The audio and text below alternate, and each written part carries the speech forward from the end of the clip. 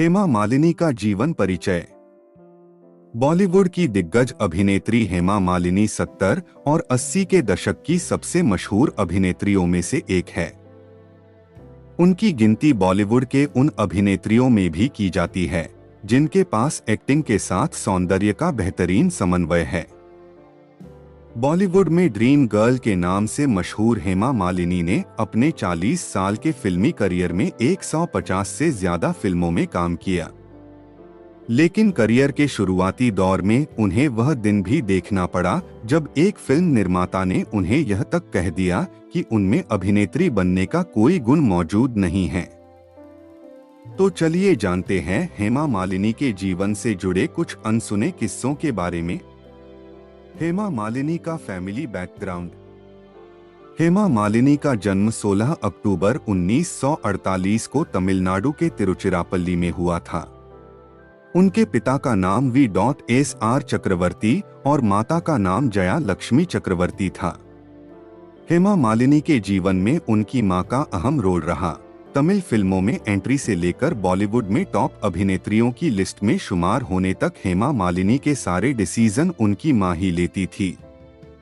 उन्होंने अपनी स्कूली शिक्षा आंध्र महिला सभा, दिल्ली और Tamil education association senior secondary school नई दिल्ली से पूरी की। उन्होंने बहुत कम उम्र में ही फिल्मों में काम करना शुरू कर दिया था, इसलिए उन्होंने आगे की पढ़ाई नहीं की। साल 1980 में उन्होंने बॉलीवुड के मशहूर अभिनेता धर्मेंद्र से शादी की। उनकी दो बेटियां हैं, ईशा देओल और अहाना देओल। ईशा देओल और अहाना देओल ने बतौर एक्ट्रेस भी कई फिल्मों में काम किया है। हेमा मालिनी से शादी के समय धर्मेंद्र पहले से ही शादीशुदा थे। उनकी पहली पत्नी का नाम प्रकाश कौर है और उनके दो बेटे हैं, सनी देओल और बॉबी देओल। सनी देओल और बॉबी देओल की गिनती भी बॉलीवुड के मशहूर अभिनेताओं में की जाती है। हेमा मालिनी का लव अफेयर्स। अपनी biography Hema Malini beyond the dream girl में हेमा मालिनी ने इस बात का जिक्र किया है कि बॉलीवुड के मशहूर अभिनेता जितेंद्र और संजीव कुमार ने भी उन्हें प्रोपेज किया था, लेकिन उन्होंने धर्मेंद्र की दूसरी पत्नी बनना ही स्वीकार किया। हेमा मालिनी के जीवन की बस यही तमन्ना थी कि उनकी शादी उसी से हो जिससे वह प्यार करती हो, लेकिन उन्होंने यह कभी नहीं सोचा था कि उन्हें एक शादीशुदा इंसान धर्मेंद्र से प्यार हो जाएगा।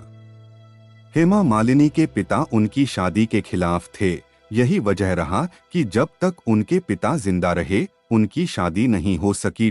संजीव कुमार उस समय अपने करियर के शीर्ष पर थे और वह हेमा मालिनी से बेहद प्यार करते थे। हालांकि उनकी कभी हिम्मत नहीं हुई कि खुद हेमा मालिनी को प्रोपेज कर सके, इसलिए वह अपने प्यार का पैगाम लेकर जितेंद्र को हेमा मालिनी के पास भेजा। लेकिन हेमा मालिनी ने संजीव कपूर का प्रपोजल ठुकरा दी। इसके बाद संजीव कपूर खुद अपने रिश्ते की बात करने हेमा मालिनी के घर गए, लेकिन हेमा मालिनी ने यह कहते हुए शादी से इनकार कर दिया कि वह अभी अपना सारा ध्यान अपने करियर पर फोकस करना चाहती है, इसलिए वह अभी अपने शादी के बारे में सोच भी नहीं रही है। क्या धर्मेंद्र ने अपने प्यार के लिए हेमा मालिनी और जितेंद्र की शादी तुड़वा दी? जितेंद्र पर अपने परिवार के तरफ से शादी का दबाव था। उनके और हेमा मालिनी के परिवार चाहते थे कि दोनों शादी कर ले। परिवार के दबाव में आकर हेमा मालिनी भी शादी के लिए तैयार हो गई। दोनों के परिवार ने शादी की तैयारी भी शुरू कर दी थी। जब इस बात की भनक धर्मेंद्र को हुई तो वह फिल्मी अंदाज में हेमा मालिनी के घर चेन्नई पहुंच गए, जहां जितेंद्र के परिवार भी पहले से पहुंचे हुए थे।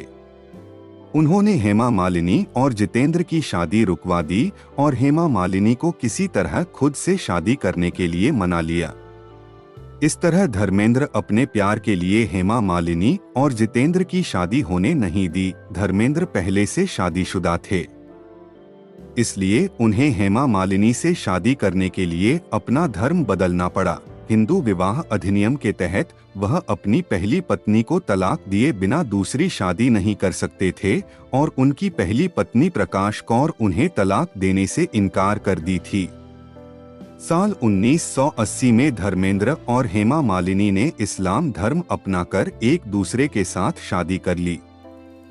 बाद में दोनों ने हिंदू रीति रिवाज से भी शादी की। हेमा मालिनी की कुल संपत्ति। बॉलीवुड की खूबसूरत और सक्सेसफुल एक्ट्रेस में शुमार हेमा मालिनी की गिनती एक समय बॉलीवुड की सबसे महंगी अभिनेत्रियों में होती थी। कई फिल्मों में साथ करने के बाद उन्होंने साल 1980 में धर्मेंद्र के साथ शादी की, लेकिन यह जानकर आप हैरान रह जाएंगे कि नेट वर्थ के मामले में हेमा मालिनी अपने पति धर्मेंद्र और अपने सौतेले बेटे सनी देओल से भी कहीं आगे हैं। दरअसल साल 2019 के चुनावी हल्फनामे के मुताबिक हेमा मालिनी के पास कुल 249 करोड़ रुपए की संपत्ति है, जिसमें 135 करोड़ रुपए उनके और 114 करोड़ रुपए उनके पति धर्मेंद्र की है। यह जानकर आपको और भी हैरानी होगी कि बीते 5 सालों के अंदर उनकी कुल संपत्ति में करीब 72 करोड़ रुपए का इजाफा हुआ है। 5 साल पहले साल 2014 में उनके पास कुल 178 करोड़ रुपए की संपत्ति थी। दूसरी तरफ अगर धर्मेंद्र के बेटे सनी देओल की बात करें तो संपत्ति के मामले में वह हेमा मालिनी से काफी पीछे है। एक रिपोर्ट के अनुसार सनी देओल के पास कुल 83 करोड़ रुपए की संपत्ति है और उन पर 53 करोड़ रुपए का कर्ज भी है। हेमा मालिनी के बारे में अज्ञात तथ्य। हेमा मालिनी ने अपने करियर की शुरुआत साल 1963 में तमिल फिल्म इधु साथियम में एक नर्तकी के रूप में किया था।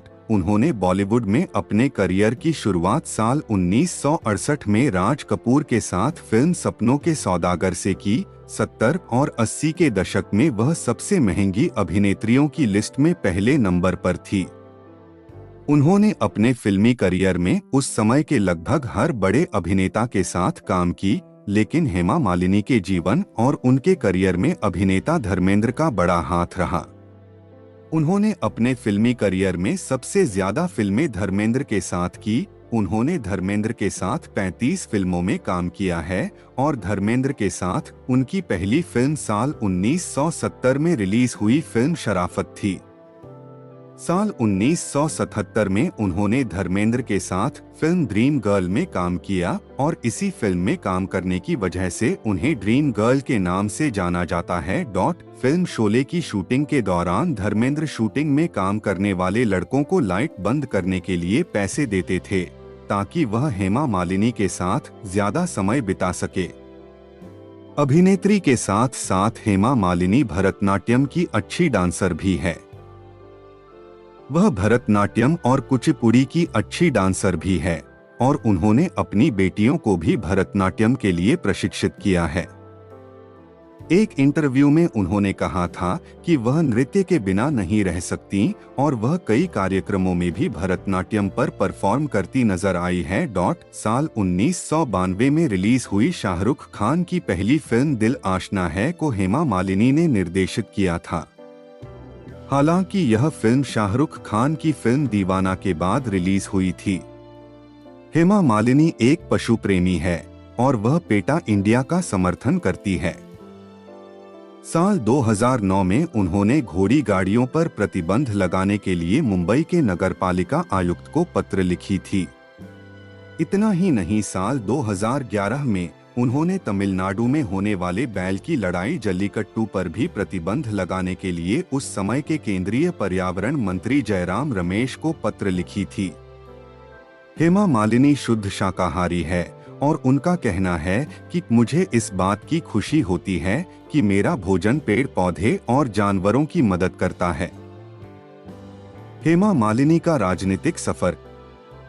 हेमा मालिनी ने सबसे पहले राजनीति में वर्ष 1999 में विनोद खन्ना, एक भाजपा उम्मीदवार के लिए गुरदासपुर पंजाब में प्रचार किया था। वर्ष 2003 में हेमा जी को तत्कालीन राष्ट्रपति APJ अब्दुल कलाम के द्वारा राज्यसभा सदस्य के रूप में नामित किया गया था। हेमा मालिनी फरवरी 2004 में आधिकारिक तौर पर भाजपा में शामिल हो गई। वर्ष 2010 में हेमा मालिनी भाजपा की महासचिव भी बनी थी। वर्ष 2014 में RLD के जयंत चौधरी को 3,30,743 मतों से हराने के बाद वह मथुरा संसदीय क्षेत्र से लोकसभा की सदस्य बनी। 2019 में पुनः यह मथुरा से सांसद बनी और वर्तमान में यह अपने कार्य पर कार्यरत है। हेमा मालिनी पुरस्कार। भारतीय फिल्म उद्योग में उनके योगदान के लिए हेमा मालिनी को कई पुरस्कार और विशिष्टताएं प्रदान की गई हैं। इस तथ्य के कारण कि उन्हें उनके उत्कृष्ट प्रदर्शन के लिए कई फिल्म फेयर पुरस्कारों से सम्मानित किया गया है। उन्होंने खुद को बॉलीवुड की सबसे प्रसिद्ध अभिनेत्रियों में से एक के रूप में स्थापित किया है। इसके अलावा नृत्य में उनकी प्रतिभा ने उन्हें महत्वपूर्ण सम्मान दिलाया, जिससे मनोरंजन की दुनिया में उनकी प्रतिष्ठा की पुष्टि हुई। उनकी उपलब्धियों को उनके महत्व के लिए पहचाना गया है। हेमा मालिनी बायोग्राफी के बारे में हमारा ब्लॉग पढ़ने के लिए धन्यवाद। आशा है कि आप हमारा ब्लॉग पढ़कर संतुष्ट होंगे।